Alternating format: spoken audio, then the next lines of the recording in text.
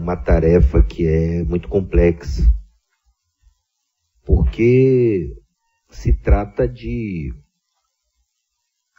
desenhar uma convicção e ter uma convicção, primeiro, sobre o que houve no evento de fevereiro.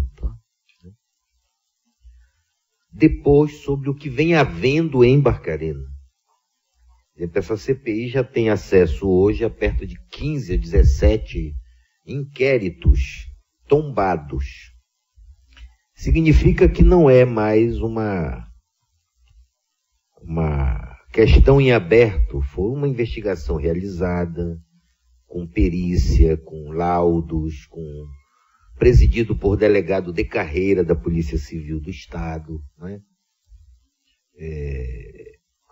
E que 98% deles pedem penalização por crime ambiental.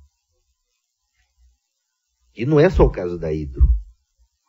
É porque a Hidro ela acabou sendo o elemento a chamar o debate, mas não é correto enquadrar só na Hidro a responsabilidade sobre o problema ambiental de Barcarena.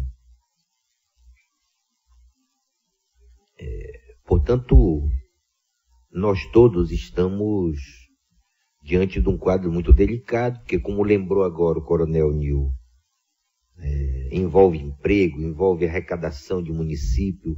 No caso aqui, Paragominas, porque Barcarena não ganha absolutamente quase nada com aquilo que ocorre na fábrica lá. Só agora que estão alterando a CEFEM, né? E permitindo que pelo menos 15% desta CEFEM vá para os municípios que também têm empreendimentos de beneficiamento primário, que até então só o município que tem a mina, onde se extrai, recebe a CEFEM. Imagina, Barcarena devia saber disso, né? Que Paragominas vem recebendo dinheiro durante todos esses anos que Barcarena não recebe. Né? Que Barcarena não recebe. Primeira pergunta. Como é feito pela SEMAS esta calibragem e este acompanhamento entre o que é gerado pela mina e o que é absorvido pela unidade de processamento aqui, de beneficiamento? Foi nos dito lá na mina que nesse momento estão operando com uma volumetria mais ou menos da ordem de 400 carretas dia. 400 carretas dia. Que vem pelo Mineiroduto. Isso com a produção em 50%. Supõe-se, então, que na produção de 100%, estaremos falando aqui de mais ou menos 800 carretas dia. 800 carretas dia, se colocada uma atrás da outra, possivelmente dá para botar uma carreta atrás da outra chegando de Paragominas em Barcarena. É muita bauxita. Será? É a pergunta. Eu não sei se o senhor tem essa resposta. Será que este volume, que já estava em 800 carretas dia, mais ou menos, era suportável por essa fábrica? Essa é a pergunta.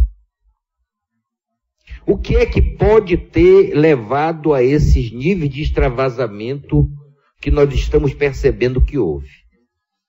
É uma falsa polêmica esse negócio de transbordou, não transbordou.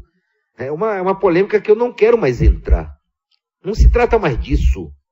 Se trata que já está confessado pela empresa, constatado por técnicos, visto por todos nós, que foge material daquela fábrica para fora dela. E foge muito material que não é tratado. Então a pergunta é: a SEMAS acompanha para e passo o que é gerado na mina, a volumetria disto, de acordo com a capacidade de processamento, à medida que ela já estava trabalhando com uma volumetria da ordem de mais de 800 carretas dia? Se Vossa Excelência, como é que faz esse acompanhamento? Na verdade, assim, deputado, o licenciamento que envolve mineração, ele é o que a gente chama de ato complexo, né? Ele depende de um ato Poder Público SEMAS e depende de um ato Departamento Nacional de Minérios. Essa tratativa que o senhor está colocando, ela é bem importante e ela tem um detalhe muito maior quando você trabalha o que chama de balanço de massa, né? Que é o que a empresa extrai para aquilo que ela produz, ou seja, para aquilo que ela industrializa. E junto ao DNPM, esse acompanhamento é feito através de uma sistemática chamada de aproveitamento econômico daquele produto, que é o que chama de PAI, né? Então, esse trabalho que envolve aproveitamento econômico do produto, ele vincula um ato do Departamento Nacional de Minério. A Secretaria de Meio Ambiente, quando licencia, né, a gente sempre oficializa o DNPM e solicita, vamos dizer assim, qual o alvo minerário que a empresa tem, por exemplo, lá em Paragominas para explorar, quantas toneladas dia, quantas toneladas ano o Departamento Nacional de Minério outorgou, né? E aí a gente trabalha em cima desse plano de aproveitamento econômico para a emissão da licença. É como se Paragominas fosse a fonte de suprimento, né, para a indústria que é a hidro. Então, a equipe técnica, ela trabalha com os relatórios de informações anuais, ou seja, é aquilo que a empresa apresenta, daquilo que ele produziu, executou e dos meios que ele trabalhou físico, socioeconômico e biótico. Então, o seu questionamento eu posso levar diretamente para a equipe. Se fosse possível, o senhor me fazer pelo menos de 3 anos. Tá. Porque era fundamental nessa fase final de convicções que estamos formando, se houve ou não algo extraordinário nos últimos 3 anos nessa volumetria, neste balanço, nessa calibragem, se essa fábrica está à altura do volume de... Assim, tem um dado que a gente precisa, na verdade, solicitar à empresa, que é o balanço de massa movimentação. Muito bem. Só que quem poderia, eu acho que até lhe dar também um retorno seguro, é a Secretaria de Fazenda, pelo que sai de produto, entendeu? Entendeu a questão? Isso. Porque eu, SEMAS, não tenho essa condução direta. Mas o senhor tendo aquilo que é comercialização de produto, com aquilo que foi autorizado por Departamento de Minério, o senhor consegue chegar nesse campo. É isso mesmo, Bonato. É mais boa dica, secretário. Mais certo, porque vem o que está sendo vendido. Isso. Perfeito. Então vamos... Por eles vai ser informação que relator, justamente. Deputado relator, o senhor concorda que a gente peça, então, isso? Não é relevante a gente fazer essa nota? Com certeza. Segunda questão, esse negócio de bacia de rejeito. Tá. Ali no quadro, o senhor pode ter visão de uma bacia de rejeito da Imeris. Tá. O senhor percebe que tem 2 bacias.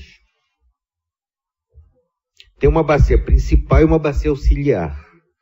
Esta bacia auxiliar, segundo nos foi dito, é para servir como uma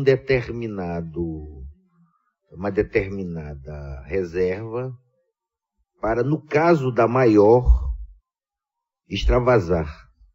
O extravasamento da maior, em vez de ir para o meio ambiente, teria primeiro que ser absorvido por essa auxiliar, tá? Segunda coisa que nós vimos é que a distância desta bacia para o ambiente externo envolve mais ou menos 1 quilômetro entre ela e o ambiente externo. E esse 1 quilômetro é separado por um outro canal auxiliar igual daquela outra. E tem mais um muro. Este deputado acessou a DRS-2 a pé, pelo mato. Eu cheguei na beira dela, na beira, separado por uma tela de arame, simplesmente uma tela de arame, que qualquer canivete não, alicate corta. A fragilidade, eu fiquei muito surpreendido, lhe confesso, com a fragilidade de proteção desta bacia, que é extremamente sensível, né? Ao contato com pessoas que não estejam protegidas. O senhor já visitou a Hidro? Sim, Excelência? sim. Não lhe dão equipamento de segurança Sim. poderoso? Agora o senhor imagine alguém que não está com aquele aparato de proteção ter acesso àquela bacia de rejeito.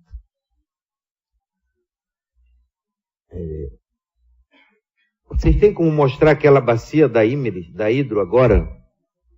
Aquela que Celso pediu? Aquela que Celso mostrou?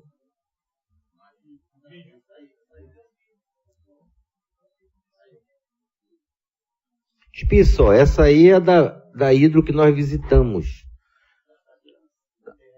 O que nós estamos fazendo? O deputado Celso está descendo ali. Entre a bacia, só tem o canal aqui, esse canal que está extravasando para fora e está indo direto logo para a mata ali. E bem ali do lado está a nascente do rio Murucupi. Pergunta: por que essa diferença? Não há um padrão? Mas nós estamos vendo dois padrões aqui. Um que tem uma bacia principal, uma bacia auxiliar, um canal, um canal antes desse material poder chegar.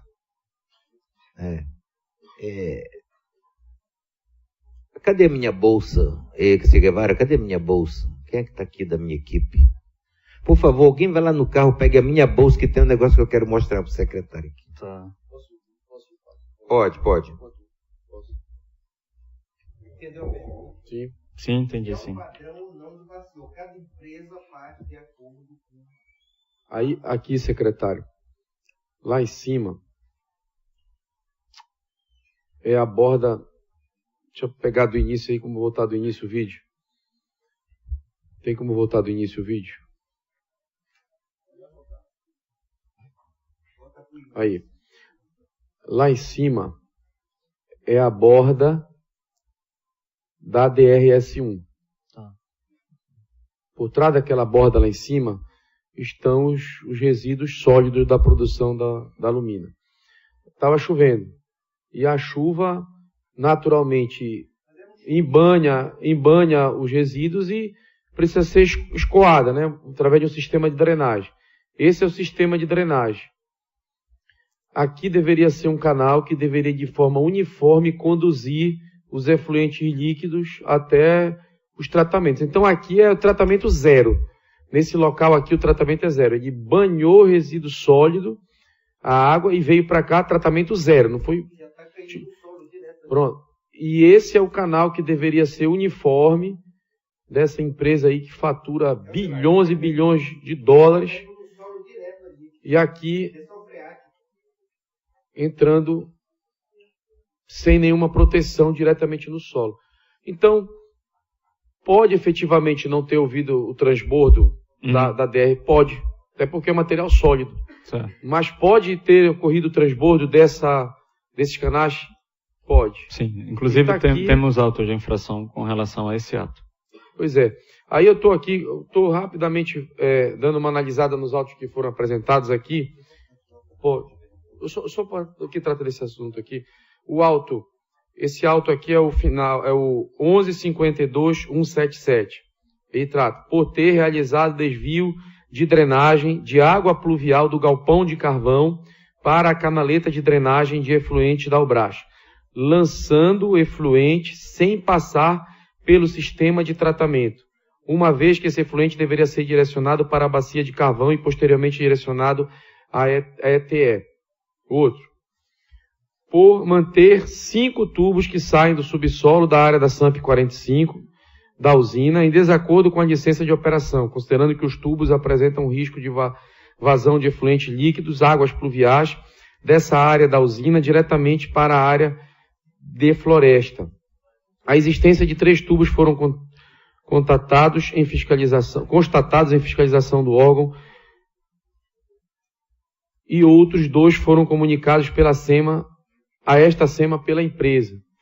Aí tem esse outro relatório aqui de fiscalização. Para fins de autuação, caracteriza-se transbordo material que escapa pelas bordas superiores das bacias de contenção a partir da elevação do volume e que saía do sistema de tratamento da empresa, alcançando áreas externas, ou seja, que chegue às áreas de floresta e rios sem o devido tratamento, assim como considera-se vazamento qualquer fuga do material retido através de vendas ou fissuras nas paredes de contenção das bacias e, por fim, considera-se rompimento quando a pressão do volume de material retido sobre a parede da bacia é extrema, que leva à desagregação da sua estrutura, carreando normalmente na liberação de um grande volume de material para o meio ambiente. Aí aqui vem, nenhuma dessas situações essa fiscalização identificou. Mas aí faz referência aqui aos tubos da SAMP 45. Esse vídeo, ele é uma dessas situações. Uhum. Mas eu observo aqui que a SEMA ela não tem sido silente. Ela tem atuado, inclusive aqui há fiscalizações que ocorreram em virtude de manifestação de comunitários. Isso. Comunitários que foram até a SEMA, ou a SEMA, através do noticiário, teve a informação, foi lá, tomou a iniciativa e fez fiscalização, fez auto de infração, multou, fez o que pôde. Mas o que a gente tem observado é que só aqui são 9 autos de infração. Que a empresa tem sido contumaz, nesse ano de 2018, na prática de atos que vêm assujeitando a penalidades. Por isso que quando eu fiz aquela pergunta, e aí? Se ela continuar? Porque autos foram feitos, TACs foram assinados, ela não pagou esses autos, os TACs ela não cumpriu, e o que a gente vai falar para as pessoas que estão lá no entorno? Vai continuar isso aí porque a gente tem bons advogados. O poder público não tem, o Estado não tem uma mão que seja mais eficiente na contenção? Bom, Mas eu queria, secretário, que o senhor respondesse em 2 partes. A primeira, aquela pergunta técnica. Tá. Existe ou não existe um padrão para essas bacias de rejeito? Ou elas mudam conforme a natureza da empresa? Tem a imagem melhor da bacia lá da outra empresa? Essa aqui é o que? Da Imeris? Hein? Não, acho que isso não é Imeris. Não, isso é hidro. É hidro. Isso aqui não é de uma coisa neutra, é da mina. Isso aqui é da mina. Isso é Paragominas, né? Paragominas. Tá. Lá na Imeris, né? Lá em Paragominas. Engraçado que em Paragominas tem um canal auxiliar. Numa área que é muito menos agressiva do ponto de vista do uso de substâncias químicas. Até porque lá é praticamente tudo mecânico. Tudo mecânico. E lá onde é tudo mecânico, que não tem substância química, tem uma bacia auxiliar. Aqui, onde tem substâncias extremamente agressivas, não tem bacia auxiliar, né? Aquela ali é da Imeris. Cadê a da Imeris? Então não tem um padrão ou não tem? Ou cada empresa faz a primeira pergunta e depois... Acho que no final o senhor entra com essa aqui. Tá. Porque eu tenho mais umas duas ainda aqui por cima. Responda essa primeiro. Bom, deixa eu primeiro posicionar de que eu não sou técnico, nem analiso diretamente esse processo. A minha formação é jurídica, mas tenho especialização e doutorado em direito difuso e coletivos e que envolve gestão ambiental. Mas assim, existem projetos diferenciados, obviamente. Só que esses canais ou essas bacias, como o senhor coloca, reserva, eles são canais ou bacias de segurança, né? Então a gente precisa verificar a engenharia do projeto que envolve hidro e a engenharia que envolve projeto Imeris, entendeu?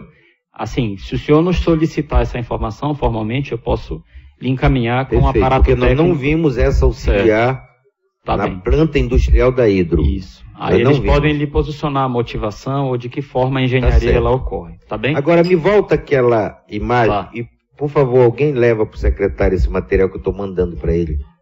Não se espante. Tá bem. Leve para ele ali. Aquela foto, aquela imagem que o deputado Celso está andando. Essa aí. Agora dê esse material para ele. O senhor está vendo? Esse material é duro, né? Tá. Material especial. Agora espia esse material aí. É mole. Dobra. Esse material é colocado para impermeabilizar a bacia, para impedir que essa substância chegue no solo e penetre, indo atingir o lençol freático. Esse é o material que eu recolhi lá na Imeris também. Eu peguei um pedaço. Entendi. E olha só aquele material ali na Imeris. Na hidro. Olha ali aquele material.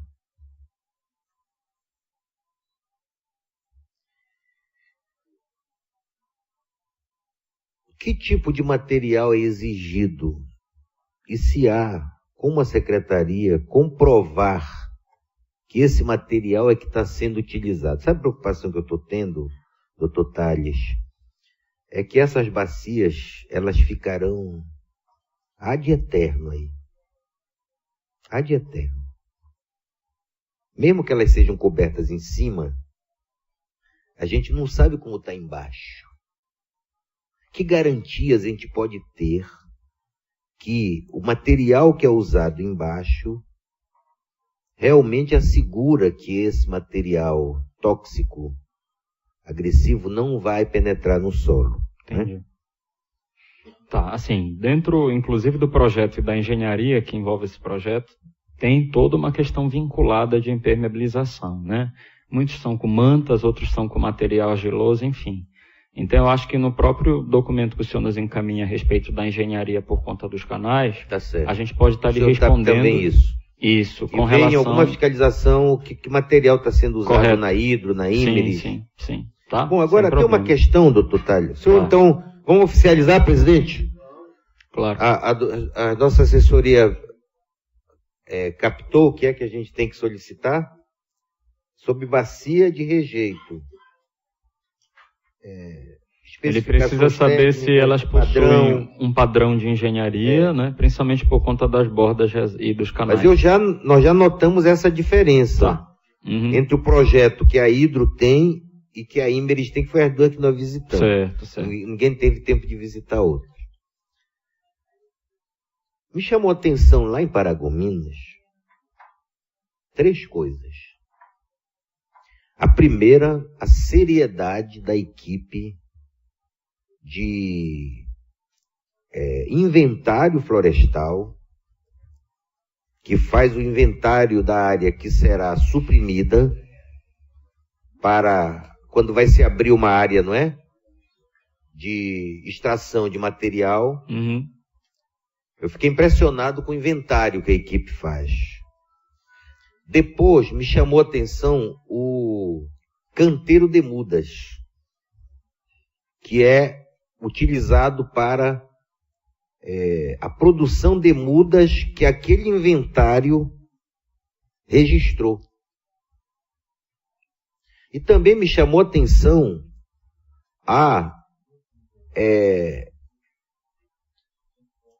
recuperação da área que já não vai ser usada, né, Coronel? São 3 etapas muito ricas, que eu achei de uma qualidade muito importante, inclusive tem áreas lá antigas que já tem animais, já está bem repovoada, já tem onça. Você sabe que onde aparece uma onça, não é qualquer recuperação que já houve, né? Uhum. A outra coisa que me chamou a atenção e que eu queria lhe fazer a pergunta... Não, primeiro para dizer que nem tudo que a Hidro está fazendo é ruim, rapaz. Tem coisa boa. Né? É o problema da madeira. É muita madeira, doutor Tales. Que essa madeira que foi suprimida, que depois eles estão recuperando, está armazenada, apodrecendo. Enquanto isso, em um ano, foram suprimidas 70 mil hectares de floresta no Xingu, estimando-se em milhões de árvores derrubadas. Pergunta-se, por que aquela madeira que eu imagino que esteja sendo suprimida em Paragominas, em Porto Trombetas, aliás, aquela produção das 800 carretas é só de Paragominas, porque chegam umas barcaças também de lá do Trombetas para cá, para Barcarena, não chega? Sim. De Bauxita. Mas essa madeira, seria possível pensar nesse TAC, ou nessa nova modelagem que se está pensando, em prever que a madeira a ser suprimida, tanto de lá nas minas, e nesse caso, começa-se agora com Barcarena, com Hidro, mas que poderia se estender para todo o estado. Eu fico imaginando, doutor Tales, quanto tem de madeira lá em Carajás. Lá em Carajás, que a mina de ferro ali é muito maior. Quanto tem de madeira? Será que acima tem um inventário disso? Quanto tem em Juruti? Quanto tem em Porto Trombetas? Seria possível colocar essa madeira em leilão público, sendo revertido o ganho deste leilão público para um fundo de investimentos em compensações para as comunidades afetadas por esses projetos? Poderia, quem sabe, dialogar com aquele fundo de socioeconomia que nós criamos, né? E através do fundo de socioeconomia, olha, eu acho hoje que o melhor instrumento que nós temos, não é preciso criar outra coisa, é o fundo de socioeconomia. É transversal, né? É transversal. Inclusive, esses diálogos com as empresas deviam ser melhor. Para preservar as empresas, esse negócio da empresa está pagando 2.800.000 para um instituto. E só escutar a comunidade em Barcarena é uma piada. É uma piada. Seria melhor ganho se encaminhasse esses 2 milhões e pouco para o Conselho de Socioeconomia do Estado para investir. Mas deixa isso para lá, isso é outra hora. Tá. Essa madeira, doutor Tales, se a Secretaria não tem, quanto tempo o senhor acha que seria possível a gente saber quanto tem de madeira estocada hoje? Sim. Qual o volume disto?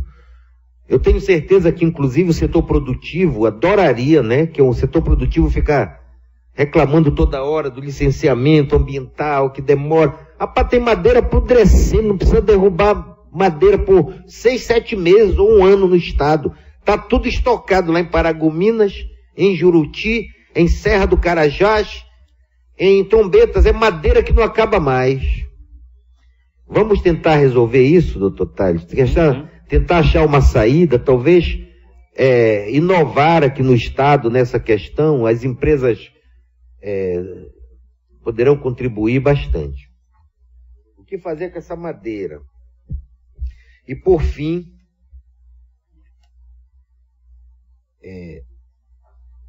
o senhor leu esse relatório? Qual deles? Um que a imprensa deu grande divulgação, chamado Relatório de Viagem aos Municípios de Belém, Ananindeua e Barcarena, Estado do Pará, ocorrido entre os dias 26 e 27 de abril de 2018, de um tal comitê. É pomposo o nome, é um chamado comitê. Não, isso aqui é da Casa Civil, subchefia da articulação e monitoramento. E cadê o nome do negócio, rapaz? É um tal comitê que foi formado pelo decreto, coisa do presidente da República. Eu fiquei espantado que, olha, nós já estamos aqui há quantos meses trabalhando? 4 meses. E ainda não temos conclusões que os caras tiraram aqui. Sim. Num passeio que fizeram por Belém Barcarena. Com todo respeito. Isso aqui foi um passeio. E os caras vieram passear no Pará e tiraram essas conclusões aqui. Dizendo que não é possível definir as fontes de contaminação do rio Murucupi. E nós acabamos de mostrar que estudos do Evandro Chagas, da SGW Service, contratado pela empresa, estudos da Secretaria de Saúde do Estado do Pará, que eu vou ler agora aqui. Dr. Vitor Mateus, está aqui a foto dele. Esse é o nosso secretário de Saúde do Pará. O Dr. Vitor Mateus, um dos mais respeitados profissionais da área de saúde do Pará. Análises confirmam água imprópria em poços de Barcarena. Aí vem uma turma lá de Brasília, faz um passeio por aqui, dias 26 e 27. Aí eu vou contar aqui quanto eles gastaram de tempo na viagem entre Brasília e Belém. Depois, na viagem entre Belém e Barcarena, né? Depois da viagem entre Belém e Barcarena. Então, de 2 dias, um dia foi viajando, certo? Em um dia, os caras tiram conclusão que não é possível identificar fontes de contaminação em Barcarena. É uma piada, é uma piada, é uma piada. Olha, a presidência da República do Brasil tem feito muita galhofa com o Brasil, mas essa é uma galhofa com o povo de Barcarena, do Pará, com técnicos. Vinha uma turma de Brasília passear no Pará durante um dia, ficar em hotel 5 estrelas, andar de helicóptero e tirar uma conclusão desta aqui. É uma piada. Aliás, como é uma piada, aquela conclusão daquela tal Cruz Vermelha. Doutor Tales, chegou aqui um tal médico da Cruz Vermelha e disse para esse marajoara, caboclo marajoara aqui, e que está acostumado a viver em mata, de que lá em Barcarena, o que aconteceu, não tem contaminação de nada em Barcarena, absolutamente nada. É que lá, essas doenças que estão aparecendo, aparecem em todo lugar que tem mata. É devido aos carapanãs, é devido aos bichos, aos animais peçonhentos. Essa é a conclusão da Cruz Vermelha. Aí nós pedimos documento. A Cruz Vermelha do Rio de Janeiro nos informou que não pode nos dar o documento porque está sob contrato de confidencialidade com a empresa. Mas que absurdo! A Cruz Vermelha, uma entidade internacional, sendo submetida a isto, que ela não pode ceder um documento para uma CPI, porque ela está sob contrato de confidencialidade com a empresa. Muito bem. Eu até, como presidente, Vossa Excelência também chamar esse rapaz daqui. Justamente. E aqui ele afirmar isso. O que eu quero dizer com isso, é estranho isso aí. Secretário, é que eu já disse, inclusive, para diretores da Hidro, que eu acho que a Hidro precisava repensar a sua postura e atitude em relação a nós. Ela tem tudo para dar certo conosco, mas do jeito que ela vai, ela tem tudo para dar errado. Se ela continuar teimando nisto, contratando uma SGW Service, que foi aquela piada que veio aqui. Um tal de um laudo que mandou tirar análise de toxicidade das águas. Que é isso? Isso. E depois me contrata por 2.800.000 um instituto chamado PA-Biru. PA-Biru. E que, eu fui esses dias no CDI lá em Barcarena, comunidade que tem 37 anos que foi remanejada, recebeu pela metade as indenizações. O PA-Biru passou por lá. E desaconselhou tudo que os caras fazem. E não apresentou proposta nenhuma. Não seria melhor a Hidro procurar compor um comitê intergovernamental com órgão do Estado, com tudo para junto com as comunidades realmente discutir um plano de investimentos, agir, não é?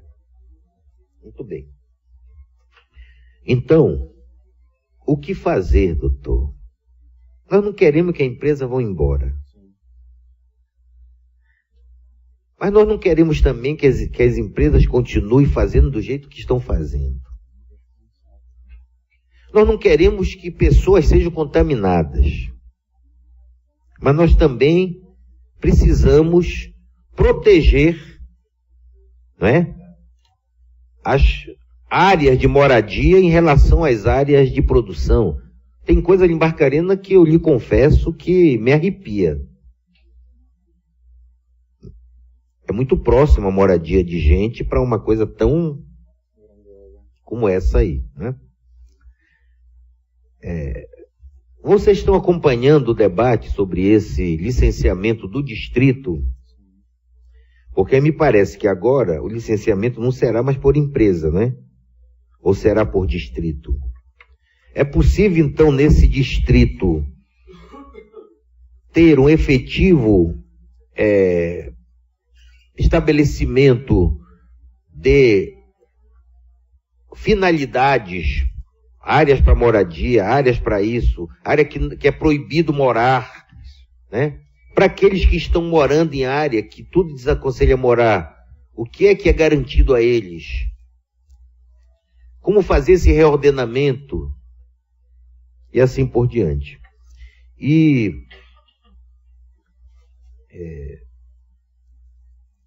quer dizer mais no fim? Não, me responda logo essas perguntas, já perguntei demais para o senhor. Deixa eu tentar. Eu não deixei o senhor falar. Um dia pediram a minha saída daqui porque eu perguntei demais para um cara aqui. E os advogados foram na OAB, fizeram reclamação, tudo bem. Não, assim, deputado, os pontos são muito pertinentes, acho que eles vão muito ao encontro do que realmente está sendo proposto pela CPI, está sendo proposto pelo que o governo do Estado está desenvolvendo. Eu vou só retomar a agenda produto florestal que o senhor mencionou, né, dessa quantidade de madeira. Quando se trabalha o exercício de uma atividade minerária onde essa área ela tem titularidade, essa madeira ela é de propriedade da empresa, né, diretamente. Então a empresa ela precisa apresentar ao Estado um plano de aplicação e destinação desse produto. Eu vou inclusive anotei aqui para verificar se a propriedade da área desses imóveis realmente for dela, tá? Porque muitas vezes eles fazem contrato de concessão, né, de uso com o proprietário. Isso eu posso levantar até para lhe dar um retorno a posterior, tá?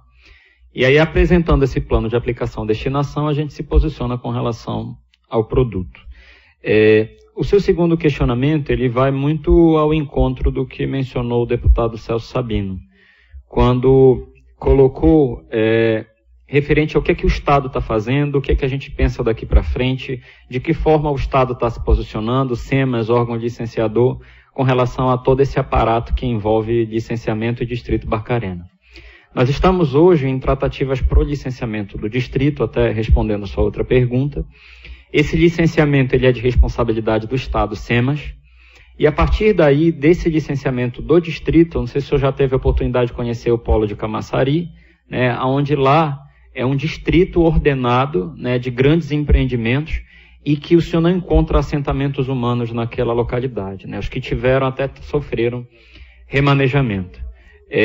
Até com uma conversa com o próprio Ministério Público Federal, o Ministério Público do Estado, a demanda era que nós víssemos dentro desse zoneamento que compõe a área do distrito, né, e aquelas comunidades que ali estão, porque elas possuem o direito de permanência, né, elas possuem o direito de sair e uma saída assistida daquele lugar também, né, o direito de serem indenizados, enfim. Então, tudo isso, ele faz parte desse ordenamento urbano para o distrito vinculado ao licenciamento. Inclusive, o Dr. Bruno Valente, que atuava nessa agenda, estava à frente de uma discussão que era justamente o inventário dos grandes empreendimentos que executam atividade naquela localidade, onde nós pegamos todos aqueles estudos, dados secundários, alguns dados primários, né, à época dos estudos, e repassamos, para que pudesse ser feito um grande diagnóstico disso tudo, de como está hoje as empresas que estão no distrito, como isso se comporta para subsidiar o EIA-RIMA do Distrito Maior. Tá? O senhor podia nos enviar Sim. essa minuta deste acordo que está sendo negociado com a empresa?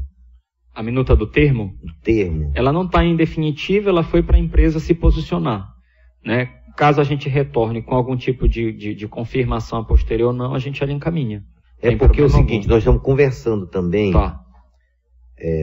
Deputado Celso, lá em Paragominas, nós tivemos a alegria e o prazer de ter o Dr. Baranov conosco de novo, não foi? Eu até brinquei, disse que o Dr. Baranov que a gente até está conhecendo mais, porque o Dr. Baranov não queria que eu fosse na Hidro. Mas eu fui. Depois agora eu acho que ele, se eu pedir para ir, ele abre as portas, libera. O Celso eu acho que ele não deixa aí. E nós adiantamos para o Dr. Baranov que, além do relatório aqui, a CPI vai propor também um compromisso, claro. Termo de compromisso com o legislativo, tá. Com o poder legislativo. Que nós não temos ainda os contornos, o nosso relator vai desenhar uma proposta. Então, quando o senhor puder, claro. Nos enviar uma cópia, nos ajuda também nessa construção. Porque, que fique claro, as pessoas estão nos acompanhando, primeiro, não é possível fazer um distensionamento desta paralisação por parte. Por exemplo, está parado em 50%, né? Mas já está claro que nós já temos níveis de segurança estabelecidos. Sim, sim. Não é possível liberar os 100%, mas já é possível liberar 75%. Entendi. Então eu acho que essa busca por equilíbrio é importante, porque realmente já começa a prejudicar muito o sistema, não é? Porque existem máquinas paradas, você sabe que tem fornos Sim. que não podem ficar parados muito tempo, né? Então, será possível estudar um distensionamento, claro, negociando, que não é 50, liberar para 60, é uma pergunta que eu queria fazer ao final para o senhor, ver se é possível o governo também discutir isso, porque o governo propôs, né? Sim, na verdade isso faz parte inclusive desse TAC, né? Nesse TAC nós temos medidas que envolvem parte de extração, parte de produção e parte de tratamento, ou seja, são frentes de atuação e cada uma dessas ações o Estado propõe medidas que a empresa deve estar cumprindo, né? Só que tudo dentro de uma seara administrativa. Hoje nós estamos, assim, com uma decisão judicial que nos impede de autorizar qualquer retomada por parte da empresa. Porque hoje a paralisação 50% também está no judiciário. Então, o que o Estado está trabalhando é assinando um termo de compromisso com a empresa para demonstrar uma viabilidade administrativa. Aí, óbvio, a empresa vai analisar se é o caso dela levar isso para o judiciário, tá? Mas temos todo um aparato técnico, vários estudos, levantamentos, né? Ações que envolvem os autos de infrações, melhoria e robustez de sistema de tratamento, né? A parte toda de retomada do comissionamento para a fase teste do DRS2, porque já existe um posicionamento interno do órgão de que a empresa não tem como operar sem terminar os testes. Tá? Então, tudo isso consta do TAC, a gente pode estar encaminhando assim para vocês, e não tem problema algum de que esse posicionamento do Estado venha, mas assim, sabendo que nós não temos essa ingerência dentro de uma via judicial. Correto. Deputado Celso tem mais uma pergunta. Secretário, se ficar comprovada a negligência e a empresa continuar agindo dessa forma, em que os órgãos ambientais, os órgãos licenciadores, os órgãos fiscalizadores vão e encontram irregularidades, autuam, emitem notificações, autos de infrações, e a empresa continua fazendo dessa uma prática corriqueira e contumaz. Está descartada a possibilidade de ser cassada a licença da empresa e que ela deixe de funcionar em definitivo? Na verdade, esse é um ato que nós não temos como descartar, né? Até porque a legislação é muito clara nesse sentido. A partir do momento em que você tem descumprimento de condicionantes, que você tem, né, irregularidades constatadas de natureza continuada, o Estado ele não pode ser omisso, né? Nesse primeiro momento em que nós constatamos essas irregularidades, nós determinamos a paralisação 50%, fizemos as autuações, aplicamos multa diária. Então, se essa continuidade que foi mencionada aqui, né, ocorrer ou advir a momento posterior, não tenham dúvidas que medidas vão ser tomadas e possivelmente até suspensão de licença 100%. É uma medida que o Estado não tem o interesse direto em executar, até porque já foi mencionado todos os prejuízos também de ordem, vamos dizer assim, socioeconômica que isso pode trazer.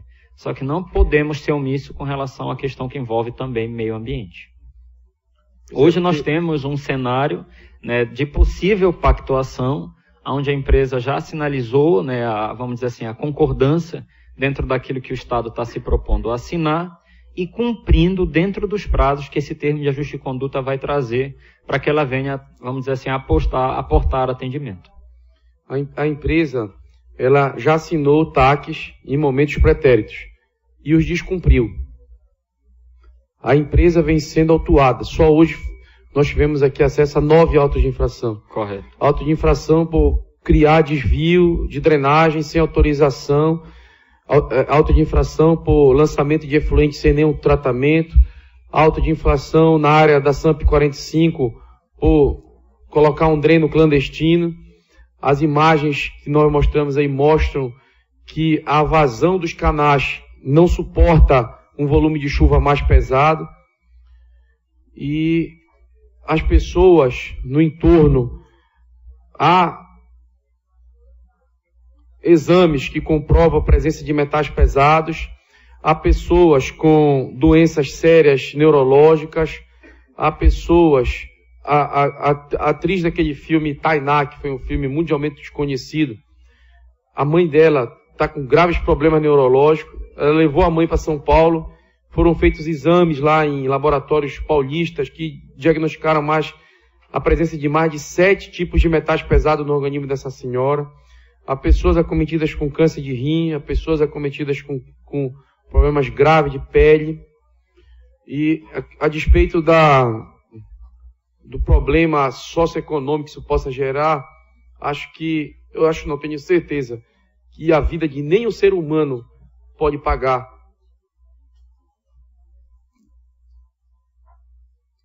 por um problema socioeconômico, por maior que ele seja. Com certeza, não tenha dúvida. Então, a nossa preocupação efetivamente é essa.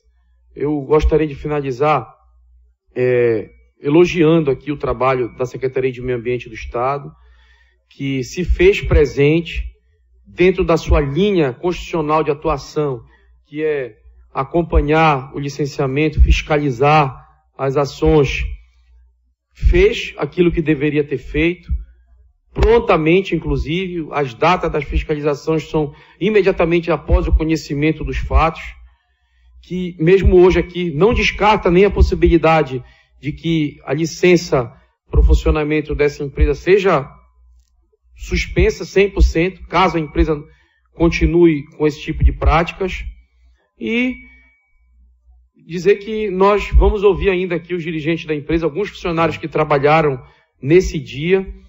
Essa relatoria está abrindo um incidente no processo, esse incidente que já antecipa uma parte do relatório, encaminhando ao Ministério Público um caso aqui da prática de um crime de falso testemunho e de obstrução à justiça, onde um diretor sentado aí onde Vossa Excelência está, fez uma declaração em que, no momento posterior, nós podemos comprovar que essa declaração foi uma declaração falsa, concorrendo para atrapalhar o nosso trabalho, para prejudicar o andamento desse processo de investigação.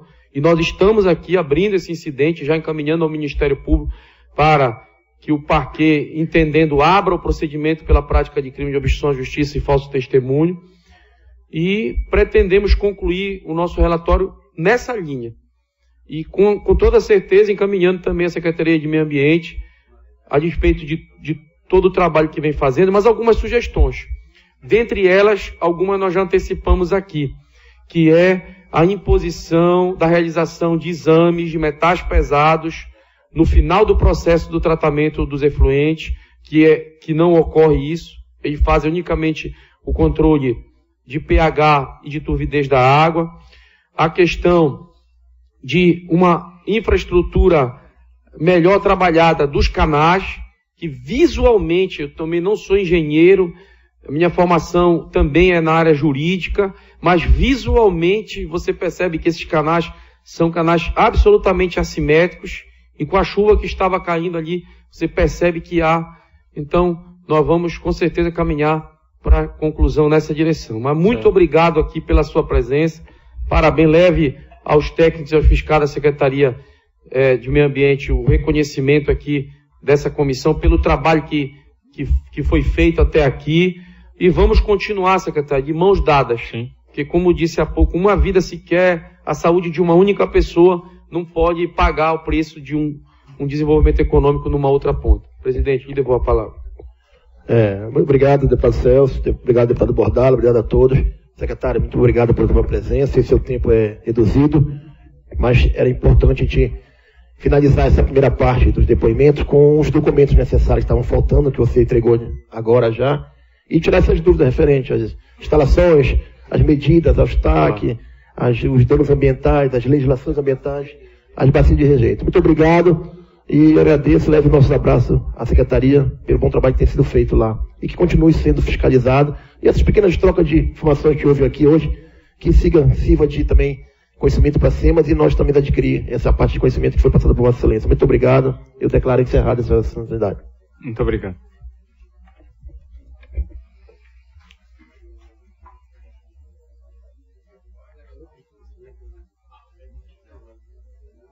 Boa tarde, secretário. Carlos Bolsonaro, tantas TVs querem ouvi-lo como eu quero lhe ouvir. Tudo bem? Tá bem.